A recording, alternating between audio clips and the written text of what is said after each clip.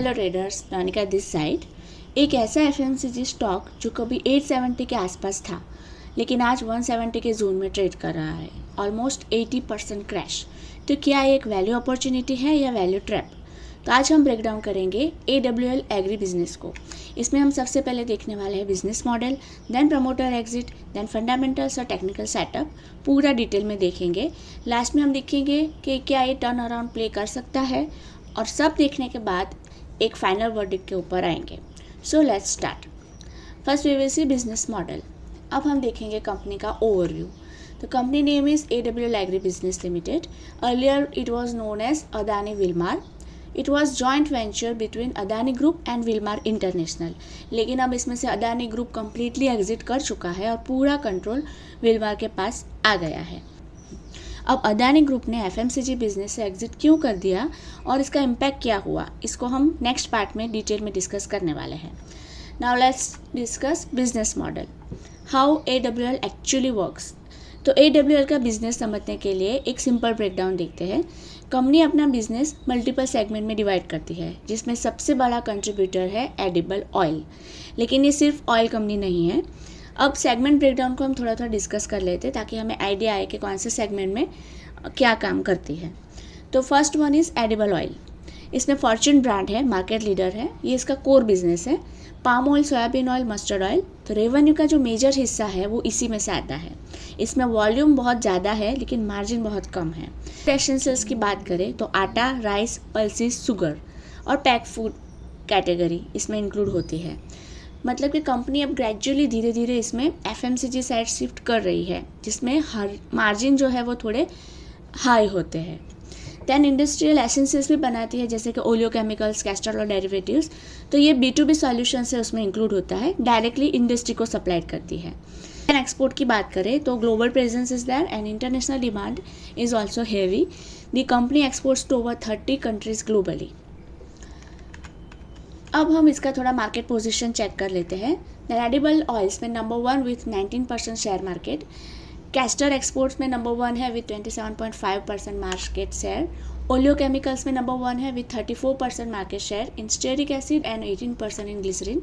सोया nuggets की बात करें तो नंबर 2 पे आता है। व्हीट फ्लोर की बात करें तो number 2 with 5.5% market share. And FMCG basmati rice की बात करें तो नंबर 3 पे आता है with 8% market share. FMCG player में अमॉन्ग्स टॉप 10 में आता है। तो AWL का मॉडल सिंपल है। कंपनी रॉ ऑयल इंपोर्ट करती है, उसको रिफाइन करती है, फॉर्च्यून ब्रांड के नाम पे पैक करती है और फिर इंडिया के हर कोने में सेल करती है। और सिर्फ रिटेल ही नहीं, B2B और एक्सपोर्ट्स दोनों में चैनल से रेवेन्यू जनरेट होता है। अब इसका डिस्ट्रीब्यूशन नेटवर्क हम देख लेते हैं, जो कि इसका रियल मोट है। AWL का असली स्ट्रेंथ सिर्फ उसका प्रोडक्ट नहीं है, उसका जो डिस्ट्रीब्यूशन नेटवर्क है जो इंडिया के हर कोने में फैला हुआ है। तो चलो अब इसको हम समझते हैं। तो सबसे पहले ये है स्टेप 1, फैसिलिटी। मतलब कि मैन्युफैक्चरिंग प्रोसेसिंग यहाँ पे होती है। यहाँ जो रॉ ऑयल है वो रिफाइन होता है और इसकी पैकेजिंग होती है फॉर्च्यून ब्रांड में। यहाँ से जो प्रोडक्ट मार्केट में जाने के लिए रेडी होता है। देन स्टेप 2 में है carrying and forwarding agent. Warehousing और लॉजिस्टिक कंट्रोल। इन्वेंट्री मतलब कि यहाँ से मैनेज होती है। ये एक बैकएंड बैकबोन है जो सप्लाई चेन को स्मूथ रखता है। देन डिस्ट्रीब्यूशन नेटवर्क की, डिस्ट्रीब्यूशन चैनल की हम बात करें तो इसके 3 मेजर रूट हैं। Number 1 is modern trade. Modern trade मतलब जो अपना डीमार्ट है, रिलायंस है, वो सब, और वहाँ से फिर वो कस्टमर के पास पहुँचता है। देन रूट 2 किराना स्टोर्स। किराना स्टोर्स में अब कैसे आता है तो फैसिलिटी से डिस्ट्रीब्यूशन, रीडिस्ट्रीब्यूशन स्टॉकिस्ट के पास आता है और वहाँ से किराना स्टोर पे जाके कस्टमर तक पहुँचता है। राइट, इंडिया का जो रियल मार्केट है वो यहीं पे है। AWL का बिगेस्ट स्ट्रेंथ है इसका डीप किराना पेनिट्रेशन, जो हर गली तक आपको किसी भी कोने की किसी भी किराना स्टोर के ऊपर AWL का प्रोडक्ट मिल जाएगा। देन रूरल डिस्ट्रीब्यूटर की बात करें तो फैसिलिटी से रूरल डिस्ट्रीब्यूटर तक पहुंचता है, वहां से रिटेल स्टॉकिस्ट को मिलता है और वहां से फिर जो छोटे छोटे आउटलेट्स है वहां तक पहुंचता है। इसका मतलब कि AWL का प्रोडक्ट सिर्फ मॉल्स तक लिमिटेड नहीं है, ये किराना स्टोर से लेकर गांव की छोटी दुकान तक अवेलेबल है। अब डिस्ट्रीब्यूशन नेटवर्क मोड क्यों है, ये बहुत इंपॉर्टेंट है। तो डिस्ट्रीब्यूशन बनाना इजी नहीं होता है और AWL ने सालों में एक ऐसा नेटवर्क बिल्ड किया है जो इजीली रेप्लिकेट नहीं हो सकता है। और इसका इम्पैक्ट क्या है, हाई वॉल्यूम सेल्स इसको मिलेगी, स्ट्रॉन्ग ब्रांड विजिबिलिटी, रूरल और अर्बन दोनों को डोमिनेंस करेगा। लेकिन एक प्रॉब्लम भी है, इतना बड़ा डिस्ट्रीब्यूशन होने के बाद भी मार्जिन लो है, क्योंकि बिजनेस जो है इसका वो कोमोडिटी ड्रिवन है। राइट, अभी AWL के बिजनेस को अगर हमें समझना हो तो एक लाइन में हम ऐसे समझ सकते हैं कि इसका डिस्ट्रीब्यूशन बहुत ही स्ट्रांग है, फिर भी इसके प्रॉफिट कम क्यों हैं। Why AWL earns less despite of huge sales? तो इसको चलो हम एक सिंपल एग्जांपल से समझते हैं। मान लो AWL 100 रुपीज़ का एडिबल ऑयल सेल करता है। अब इसमें रॉ मटेरियल की कॉस्ट है जो ऑयल को इम्पोर्ट करता है वो 90 रुपीज़ है, प्रोसेसिंग और packaging charge about 5 rupees, distribution logistic का 3 रुपीज़, तो टोटल कॉस्ट हुई 98 रुपीज़। आप समझ रहे हो, अभी सेलिंग प्राइस है उसकी 100 रुपीज़ और कॉस्ट है 98 रुपीज़, मतलब सिर्फ 2 रुपये का प्रॉफिट, ओनली 2 रुपीज़ प्रॉफिट। तो ये है लो मार्जिन बिजनेस। अब ऐसा क्यों होता है, क्योंकि जो एडिबल ऑयल है वो एक कोमोडिटी है, तो उसका प्राइस है वो मार्केट डिसाइड करता है और इसमें कंपटीशन बहुत हाई है, ब्रांड प्रीमियम लिमिटेड है, company price increase easily pass on नहीं कर सकती है और इसी वजह से AWL का उसका रेवेन्यू तो ग्रो करता हुआ आपको दिखेगा, लेकिन प्रॉफिट इसका स्टेबल नहीं है। हम आगे चल के फंडामेंटल्स देखेंगे, उसमें हमें पता चलेगा कि इसका सेल्स तो बढ़ रहा है लेकिन प्रॉफिट कभी ऊपर कभी नीचे। अभी आप कंपेयर करो किसी भी FMCG कंपनी से, वो 100 रुपीज़ पे 15-20 रुपीज़ आराम से कमा लेती है, जबकि AWL सिर्फ 2 और 3 रुपीज़। तो ये एक इश्यू है। देन प्रमोटर एग्जिट की अगर बात करें तो सबसे बड़ा सवाल ये आता है कि अदानी ने AWL से एग्जिट क्यों किया और क्या ये इन्वेस्टर्स के लिए वार्निंग है। तो व्हाट एग्जैक्टली हैपन, AWL एक जॉइंट वेंचर था अदानी ग्रुप और विल्मर इंटरनेशनल के बीच में, दोनों के पास 44% का स्टेक था। फिर क्या हुआ, अदानी ने ग्रेजुअली अपना स्टेक सेल कर दिया, फिर फाइनली कंप्लीट एग्जिट कर दिया। अब कंट्रोल पूरा विल्मर के पास है। अब मार्केट इसको रिएक्शन कैसे देता है, मार्केट ने इसको कैसे देखा कि प्रमोटर ने एग्जिट किया मतलब नेगेटिव सिग्नल, तो इसके लिए स्टॉक गिरता गया, कॉन्फिडेंस वीक होता गया। लेकिन इसका रियल रीज़न क्या था, क्या अदानी ने कंपनी पे डाउट था, तो ये ज़रूरी नहीं था। इसके पॉसिबल रीज़न ये हो सकते हैं कि अदानी का फोकस है इंफ्रा, एनर्जी और पोर्ट्स पे, FMCG उनका कोर बिजनेस था ही नहीं, तो डेप्ट रिड्यूस करने का भी ये प्रायोरिटी हो सकता था। मतलब कि एग्जिट एक स्ट्रैटेजी हो सकती थी, बिजनेस में कोई भी प्रॉब्लम हो ऐसा ज़रूरी नहीं है।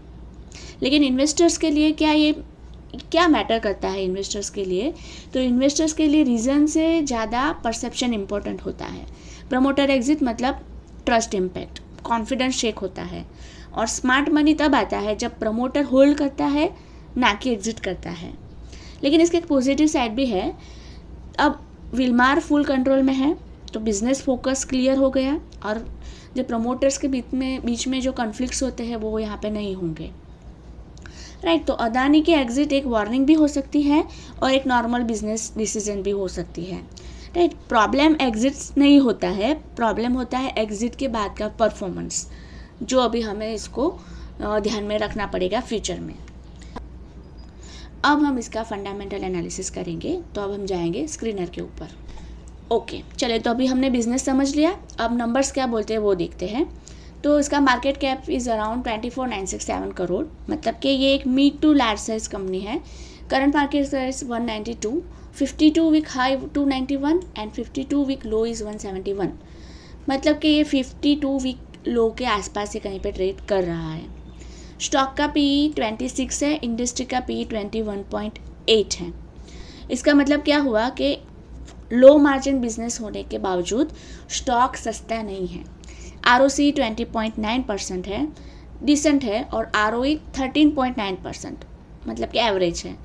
इसका ये यहाँ पे ये दोनों मिसमैच कर रहे हैं। इसका मतलब क्या हुआ कि ROC स्ट्रांग है लेकिन ROE उतना इम्प्रेसिव नहीं है, मतलब कि कैपिटल तो यूज़ हो रहा है लेकिन शेयर होल्डर रिटर्न उतने स्ट्रांग नहीं है। डेप्ट टू इक्विटी देखेंगे 0.11, मतलब कि ऑलमोस्ट डेप्ट फ्री है। प्लेजिंग 0% है। प्रमोटर होल्डिंग यहाँ पे देखेंगे तो 56.9% है। अदानी ने इसमें से एग्जिट कर चुका है, अब कंपनी पूरी विल्मर के कंट्रोल में है।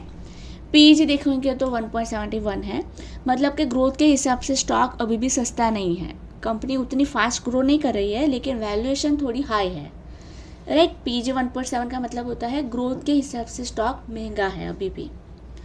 तो ये हो गया। अभी हम चलेंगे प्रॉफिट एंड लॉस स्टेटमेंट के ऊपर।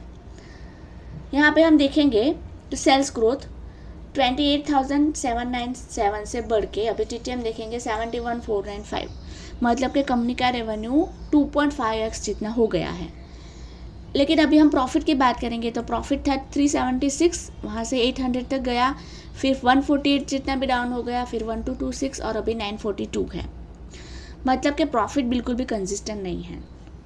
OPM की बात करें तो 4%, 4%, 3%, 2%, राइट। कंसिस्टेंट नहीं है, ये भी स्टेबल नहीं है, मतलब कि बिजनेस इसका थोड़ा भी प्रेडिक्टेबल नहीं है। अब यहाँ पे एक बहुत ही इंपॉर्टेंट चीज़ है, अब देखो सेल्स इसका बढ़ रहा है कंटिन्यू, कंपनी ज़्यादा बेच रही है लेकिन उतना कमा नहीं रही है। इसलिए हमने जो आगे एग्जांपल देखा ना, 100 रुपीज़ की बाइंग के सेलिंग के ऊपर 98 का तो कॉस्ट है इसका, और सिर्फ 2 रुपीज़ इसका प्रॉफिट है। तो ये नंबर्स एग्जैक्टली यहाँ पे वही स्टोरी कंफर्म कर रहे हैं, राइट। प्रॉफिट ग्रोथ की अगर आप यहाँ पे बात करोगे तो 1722%, राइट। अब आपको समझ आता है स्टॉक क्यों गिर रहा है। प्रॉफिट्स का देखोगे तो -20% इतना है TTM। स्टॉक प्राइस CAGR की बात करेंगे तो -23, -28%। AWL एक ऐसी कंपनी है जहाँ पे ग्रोथ दिख रही है लेकिन प्रॉफिट नहीं है। सेल्स इसकी स्ट्रांग है लेकिन मार्जिन बहुत ही वीक है और इसीलिए स्टॉक गिर रहा है। बिजनेस इसका अभी भी स्ट्रांग है। अब हम बैलेंस शीट की बात करते हैं। अब देखिए यहाँ पे मैं आपको वो चीज़ दिखाने वाली हूँ जो नॉर्मली रिटेल इन्वेस्टर्स इग्नोर कर देते हैं, और यही सबसे इम्पोर्टेंट है। सबसे पहले हम रिजर्व ग्रोथ की बात करेंगे तो 1997 से बढ़ के अभी 9776 तक पहुँच गया है। मतलब कि कंपनी ने रिजर्व स्टेडीली बिल्ड किया है, इंटरनली स्ट्रेंथ अभी भी इसकी बढ़ रही है। बोरोइंग्स की बात करें तो 1829 से 2396 और अभी घट के 1096, मतलब कि डेट धीरे धीरे कंट्रोल में आ रहा है। ये एक पॉजिटिव साइन हम कंसिडर कर सकते हैं कि कंपनी अपना डेट रिड्यूस कर रही है। अब हम एसेट ग्रोथ की बात करेंगे तो एसेट्स भी यहाँ पे देखोगे आप, टोटल एसेट तो धीरे धीरे ग्रो कर रहे हैं। 11,000 से लेकर 25,000 तक पहुँच चुका है, राइट। मतलब कि कंपनी का एक्सपेंशन तो अच्छे से हो रहा है, कंपनी अच्छे से एक्सपेंड तो कर रही है। फिक्स एसेट भी देखेंगे तो इसके ऑलमोस्ट डबल हो चुके हैं। CWIP में भी देखेंगे अभी भी 746 जितने हैं, राइट। तो एक्सपेंशन यहाँ पे क्लियरली विजिबल है। अब हम थोड़ा इसका डिटेल में देखेंगे अदर एसेट्स को। इन्वेंट्रीज आप देखोगे तो इन्वेंट्रीज कितनी थी 4,000, देन 7,700 और अभी है 10,000 के आसपास। मतलब कि इन्वेंट्री कंटिन्यूसली बढ़ रही है। इसका क्या मतलब होता है कि कंपनी को ज़्यादा स्टॉक होल्ड करना पड़ रहा है और वर्किंग कैपिटल इसका ब्लॉक हो रहा है। तो ये एक लो मार्जिन बिजनेस का सबसे बड़ा ड्रॉबैक है। पैसा जो है वो इन्वेंट्री में अटक गया है, राइट। अब दूसरी इंटरेस्टिंग बात आप देखो, यहाँ पे हम देखेंगे अदर लायबिलिटीज़ में ट्रेड पेएबल्स। तो देखो कितना है 6,650, 8,538, 8,688। ट्रेड रिसीवर्स में आप देखोगे तो 1,258, 2,219, वहाँ से लेके 2,416 और अभी 2,403, राइट। ट्रेड रिसीवर्स का मतलब क्या होता है कि कंपनी ने माल बेच दिया लेकिन पैसा अभी तक मिला नहीं है। जैसे आपने किसी को 1,000 रुपीज़ का माल दिया है और बोला है कि बाद में पेमेंट कर देना, तो ये 1,000 रुपीज़ है वो रिसीवेबल्स है। AWL के केस में क्या हुआ है, 1,200 से लेके 2,400 तक पहुंच गया है। मतलब कंपनी का पैसा मार्केट में अटक रहा है। अब ट्रेड पेएबल्स का मतलब क्या होता है, जो ट्रेड पेएबल्स है मतलब कि कंपनी ने रॉ मटेरियल ले लिया लेकिन सप्लायर को पेमेंट अभी भी नहीं दिया है। आपने सप्लायर से 1,000 रुपीज़ का माल लिया और बोला कि बाद में पैसा दूंगा, तो ये जो 1,000 रुपीज़ है वो पेएबल है। अब AWL के केस में क्या हुआ है, 6,000 से बढ़ के अराउंड 8,688 तक पहुंच गया है। मतलब कि आप समझ लो 9,000 करोड़ तक पहुंच गया है। तो कंपनी सप्लायर्स को लेट पेमेंट कर रही है, राइट। मतलब कि कंपनी कस्टमर से पैसा लेट आ रहा है कंपनी के पास और सप्लायर को और भी लेट दे रही है।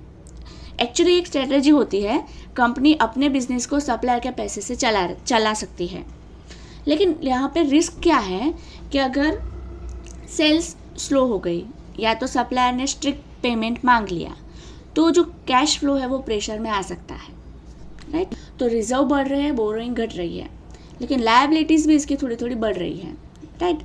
एसेट्स इसके ऑलमोस्ट डबल हो चुके हैं, तो एक्सपेंशन भी धीरे धीरे कर रही है। अब हम जाएंगे इन्वेस्टर्स पार्ट में। ये बहुत ही इंपॉर्टेंट पार्ट है। देखो यहाँ पे अभी प्रमोटर होल्डिंग को अगर हम थोड़ा एक्सपांड करेंगे तो ये जो वाला पार्ट है वो है विलमार का और ये अदानी का। तो दोनों के पास पहले 44% थे, उसके बाद अदानी ने ग्रेजुअली अपना स्टेक सेल कर दिया और फिर धीरे धीरे कम्प्लीटली एग्जिट हो गए, राइट। तो अर्लियर अगर हम इसका बिग पिक्चर देखें तो अर्लियर प्रमोटर के पास 88% था और अभी घट के हो गया 57% के आसपास। मतलब कि प्रमोटर्स ने अपना स्टेक काफ़ी रिड्यूस कर दिया है, राइट। रियल स्टोरी तो हमें पता है कि अदानी ग्रुप ने अपना स्टेक सेल करके विलमार को दे दिया है। अभी ये पूरा कंट्रोल विलमार के पास है, लेकिन मार्केट इसको कैसे देखेगा कि प्रमोटर ने सेल कर दिया, मतलब कॉन्फिडेंस इश्यू आ गया है। अब हम एफआईआई को देखेंगे तो एफआईआई 1% के अराउंड था, फिर ये रिड्यूस हो गया 1%, वापस 4% और अभी है 21%। तो एफआईआई अग्रेसिवली एंट्री ले रहा है, मतलब कि रिटेल सेल कर रहा है, प्रमोटर एग्जिट कर रहा है, एफआईआई एंट्री ले रहे हैं। डीआई होल्डिंग की बात करेंगे तो 0.11%, 0.29 से अभी 9.28%। डोमेस्टिक इंस्टीट्यूशन भी इंटरेस्ट दिखा रहे हैं। पब्लिक होल्डिंग की बात करेंगे तो 10%, 11%, 12% के आसपास है, राइट।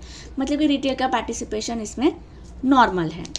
अब यहाँ पे क्लियर आंसर हमें नहीं मिल रहा है। अभी इसमें क्या हो रहा है, पॉजिटिव क्या है, एफआईआई बाय कर रहे हैं, डीआई बाय कर रहे हैं, लेकिन नेगेटिव क्या है, प्रमोटर सेल कर रहे हैं, मेजर एग्जिट अदानी का हो गया है। तो बिजनेस में अभी भी पोटेंशियल है, लेकिन कॉन्फिडेंस अभी भी फुल्ली क्लियर नहीं है, राइट। स्मार्ट मनी आ रहा है, लेकिन जो स्मार्ट प्रमोटर था अदानी वो जा चुका है। तो ये एक कॉन्फ्लिक्ट स्टोरी है। अब हम इसका जो करंट रिसेंट कॉनकॉल था 26 का, उसको देख लेते हैं। मैंने इसको पिक्चर फॉर्म में कन्वर्ट कर दिया ताकि हमें समझने में आसानी रहे। तो डायरेक्ट हम स्लाइड के ऊपर जाते हैं। तो अब हम इसको थोड़ा सा लेटेस्ट कॉनकॉल है उसमें AWL ने क्या बोला था, क्या बिजनेस इम्प्रूव हो रहा है या प्रॉब्लम अभी भी बाकी है, इसको समझते हैं। सबसे पहले इंडस्ट्री आउटलुक। तो एडिबल ऑयल की प्राइस स्टेबल है, लेकिन सनफ्लावर ऑयल वॉलेटाइल है। यूक्रेन कन्फ्लिक्ट की वजह से अभी इसके ऊपर इम्पैक्ट है। कंज्यूमर शिफ्ट कर रहे हैं सोया और पाम दोनों के बीच, उसकी जो डिमांड है वो चेंज हो रही है। कंपनीज क्या कर रही है, जो अपना पैक साइज है उसको कट कर रही है, छोटा कर रही है ताकि प्राइस अफोर्डेबल लगे। मतलब कि डिमांड अभी भी स्टेबल है, लेकिन प्राइसिंग प्रेशर चल रहा है। कंपनी का परफॉर्मेंस की बात करें अगर हम, तो volume growth is 3%, revenue growth 10%, EBITDA 600 crore consistently है। मतलब कि ग्रोथ स्टेबल है और प्रॉफिट भी स्टेबल है। देन कोर बिजनेस की बात करें एडिबल ऑयल की, तो वॉल्यूम ग्रोथ 8% YOY है, स्ट्रांग है। मस्टर्ड ऑयल डिमांड स्ट्रांग है, मार्केट शेयर भी इसका बढ़ रहा है, राइट। मल्टी ऑयल प्रेजेंस की वजह से जो रिस्क है वो कंट्रोल में है। फूड एंड FMCG सेगमेंट की बात करें तो ओवरऑल ये फ्लैट है, राइट। लेकिन ब्रांड स्ट्रांग परफॉर्म कर रही है, जैसे कि फॉर्च्यून और फूड दोनों मिला के 13% है, कोहिनूर 32% का ग्रोथ है। लेकिन अभी इसमें प्रॉब्लम क्या है, जो व्हीट का प्राइसिंग प्रेशर है वो इसमें दिख रहा है और आटा सेगमेंट इसका वीक है। तो लॉन्ग टर्म में यही सेगमेंट इसका ग्रोथ ड्रिवर बन सकता है। इंडस्ट्री एसेंशियल्स की बात करें तो कैस्टर वीक है, ओलियो स्टेबल है। कंपनी शिफ्ट कर रही है स्पेशलिटी केमिकल्स की तरफ, इसके ऊपर उसका ज़्यादा फोकस है, जहाँ पे उसको हाई मार्जिन मिल सकते हैं। देन एक्विजिशन की बात करें तो GD फूड एक्विजिशन इसने किया है। इसका रेवेन्यू 15% है, वॉल्यूम 18% और मार्जिन स्ट्रांग है, अराउंड 54%। या डिस्ट्रीब्यूशन नेटवर्क का इसको बेनिफिट मिल रहा है। देन डिस्ट्रीब्यूशन पावर की बात करें तो असली स्ट्रेंथ इसका मोड जो है वो यही है। 9.5 लाख आउटलेट्स है इसके, 60,000 प्लस टाउन्स में इसकी प्रेजेंस है। इंडिया का जो डीप नेटवर्क है यही इसका स्ट्रांग मोड है। क्विक कॉमर्स की बात करें तो सबसे एक्साइटिंग पार्ट यही है। अल्टरनेटिव चैनल ग्रोथ 42% जितना है, क्विक कॉमर्स 65% है, मेट्रो सिटीज़ में 50% सेल अल्टरनेट शेयर से ही आ रही है। तो फ्यूचर में ब्लिंकिट, ज़ेप्टो जैसी ऐप से इसको ग्रोथ मिल सकती है। फ्यूचर स्ट्रेटेजी में ये लोगों ने क्या बोला था, तो कंपनी अभी क्या कर रही है, जो अपनी प्रीमियम प्रोडक्ट्स हैं, इम्यूनिटी ऑयल, मल्टीग्रेन आटा, कोल्ड प्रेस ऑयल्स, वहाँ पे क्लियर शिफ्ट कर रही है हायर मार्जिन के लिए। डिमांड आउटलुक की बात करेंगे तो H1 इसका वीक था, अक्टूबर के बाद रिकवरी आई थी। रूरल स्ट्रांग है और मेट्रो वीक है। इंडिया का ग्रोथ गाँव से आ रहा है। रिस्क की बात करें, अभी एक मैं ऑनेस्ट व्यू आपको देती हूँ, तो सब कुछ परफेक्ट नहीं है। कोमोडिटी वॉलेटिलिटी है, वीट प्राइसिंग इश्यू है, मेट्रो डिमांड वीक हो चुकी है, वर्किंग कैपिटल इसका हैवी है। तो फाइनल कंक्लूजन यही आता है कि वॉल्यूम ग्रोथ कर रहा है, प्रॉफिट इंप्रूव हो रहा है, लेकिन बिजनेस अभी भी कोमोडिटी ड्रिवन है। कंपनी बेटर हो रही है लेकिन अभी भी स्ट्रांग नहीं बन रही है, राइट। तो अभी सवाल ये है कि क्या ये टर्न अराउंड स्टोरी बन सकती है या फिर एक और वैल्यू ट्रैप है, वो हम लास्ट में कंक्लूड करने वाले हैं। अब हम जाएंगे इसका टेक्निकल एनालिसिस। अभी आप स्क्रीन के ऊपर देखोगे तो मंथली टाइम फ्रेम ओपन की है, तो स्टॉक ने हाई लगाया था 876 के अराउंड का और वहाँ से 80% तक करेक्ट हो चुका है, राइट। तो ट्रेंड अभी भी इसका वीक है, डाउन ट्रेंड ही हमें दिख रहा है। अब ट्रेंड का रिवर्सल कब आ सकता है, तो जब भी स्टॉक जो हमारा है वो 220 250 के ऊपर निकल के सस्टेन करेगा, तो हम इसमें ट्रेंड चेंज को कंसिडर कर सकते हैं। वीकली एनालिसिस से ऊपर अगर हम जाएंगे तो वीकली में भी वही हाल है, पूरा डाउन ट्रेंड में ही है, वीक ट्रेंड है इसका, लो प्राइस जो है वो कंटिन्यूसली गिर रहा है, राइट।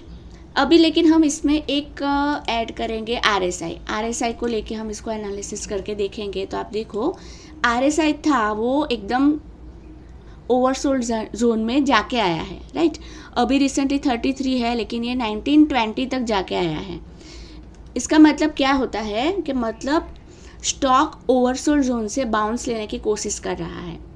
अब इसका मतलब क्या होता है कि सेलिंग थोड़ी रुक गई है, बायर्स धीरे धीरे इसमें एंटर कर रहे हैं। तो ये लेकिन बॉटम कंफर्मेशन नहीं है, सिर्फ बाउंस आ सकता है, ट्रेंड चेंज नहीं हुआ है। आरएसआई अभी चल रहा है नियर 33 के आसपास, ये पहले 20 तक जा चुका था। अब इसका मतलब क्या है कि जो अपना स्टॉक है वो ओवरसोल्ड टेरिटरी में आ चुका था, वहाँ से ये एक छोटा सा बाउंस दिखाने की कोशिश कर रहा है। इसका मतलब क्या होता है कि सेलर से वो वीक हो चुके हैं और बायर्स इसमें एंट्री ले रहे हैं, राइट। तो ये पूरा ट्रेंड चेंज नहीं है, रिवर्सल नहीं है, ये एक छोटा सा हमें बाउंस आता हुआ दिख सकता है। अगर आप पास्ट में देखोगे तो देखो यहाँ पे ये जोन में भी क्या हुआ था, आरएसआई था वो 20 के आसपास गया था, तो यहाँ से फिर प्राइस ने एक छोटा सा बाउंस दिखाया था अराउंड 30-40% का, राइट, लेकिन वापस नीचे चला गया। फिर अभी ये वापस यहाँ पे ओवरसोल्ड कैटेगरी टेरिटरी में आ गया है, यहाँ से वापस 20 है और यहाँ से ये छोटा सा एक बाउंस बैक दिखा सकता है, राइट। अगर हम इसको कंसिडर करेंगे तो अभी तक वो 15% जितना तो बाउंस ऑलरेडी दिखा चुका है लास्ट 7 डेज में, और भी थोड़ा बहुत दिखा सकता है, राइट। ये कोई रेकमेंडेशन नहीं है, आरएसआई को ध्यान में रख के हम चार्ट का एनालिसिस कर रहे हैं। अब हम सेम चीज़ देखेंगे डेली टाइम फ्रेम में। तो डेली टाइम फ्रेम में भी आप देखोगे तो वही है सेम, प्राइस 170 तक जाके ऊपर निकलने की कोशिश कर रहा है, राइट। रिसेंटली ये 20 तक है, इसमें भी जा चुका था और अभी वहाँ से छोटा सा एक बाउंस बैक हमें दिखा रहा है। सो इसके ऊपर से हम ये बता सकते हैं कि शॉर्ट टर्म रिलीफ रैली इसमें पॉसिबल है, लेकिन ट्रेंड रिवर्सल अभी भी नहीं है, सिर्फ ये बाउंस है। लॉन्ग टर्म में अभी भी ये डाउन ट्रेंड में ही है। तो ये हो गया हमारा टेक्निकल एनालिसिस।